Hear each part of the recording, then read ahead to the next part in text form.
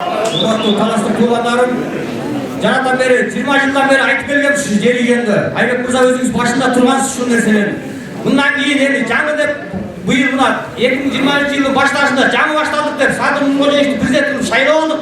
Ушу менен жаңы нерсе келгенге чейин токтоп турайлы жер үйдө. Жаап турайлы, анан кийин шайлообузда сизге кайрылгым келип турат. Эл менен башыңыз оорайт. Сиз баары бүтүп, эми эң артында 30 келиндерибизди, жеңелерибизди, аяштарыбызды алып барып түндө ошака иштетип атсыңар. Эмне үчүн бирөөнүн аягына ошака барып иштетесиз? Күнү түнү. Мамлекеттик немеде жазылуу 12 саат иштейт. Түнүндө да иштейби аялдарыбыз? Ушул күнгө жеттик, айтпай турган сөздөрдү өздөрү айтып кетти. Шайлоо күнү эмне келиндер жибербей койдуңуз? Шайлоого келген жок келиндер. Мына арабызда балы 10 кишинин арасында телефон чалдым. 2 саат бар шайлоо бүткөнгө чейин. Биз да келечекти тарашып Садыр Нуркожоевди шайлап алалы деп. Ошол жерде дарбаз неге шайлоого жүрбөйсүз? Келиндерди түнү менен ошока жаткырасыңар. Анын барасы жокпу, анын бүйөсү жокпу.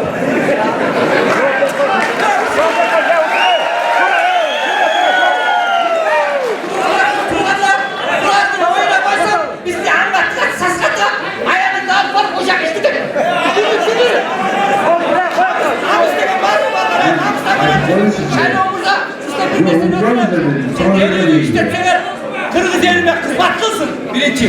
İkinci, kalıslık bilen adamlık ariyet yüzüne işleteyin.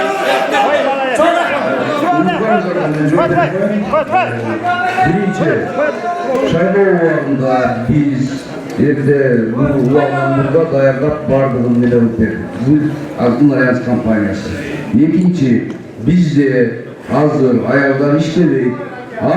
Özümüzde kalastık tuğanlar bizge outsourcing'e girgen kampanyalar var. Alardın yuridik kelimeleri özünce cumhurları. Alar özleri çiçek. Bizge cenab tabak açtılardan kampanya var. Bizde cenab tazalagan kampanya var. Al bizge karabay. Eğer de bunday olmasan, eğer de Kırgızistan'da jarımları, eğer de işte nenesi cenab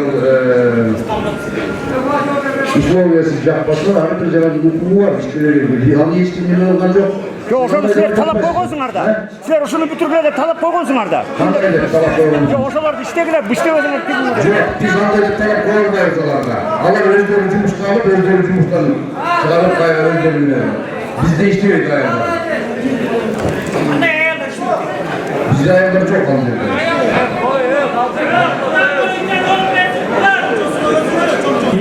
Чоң суроо бар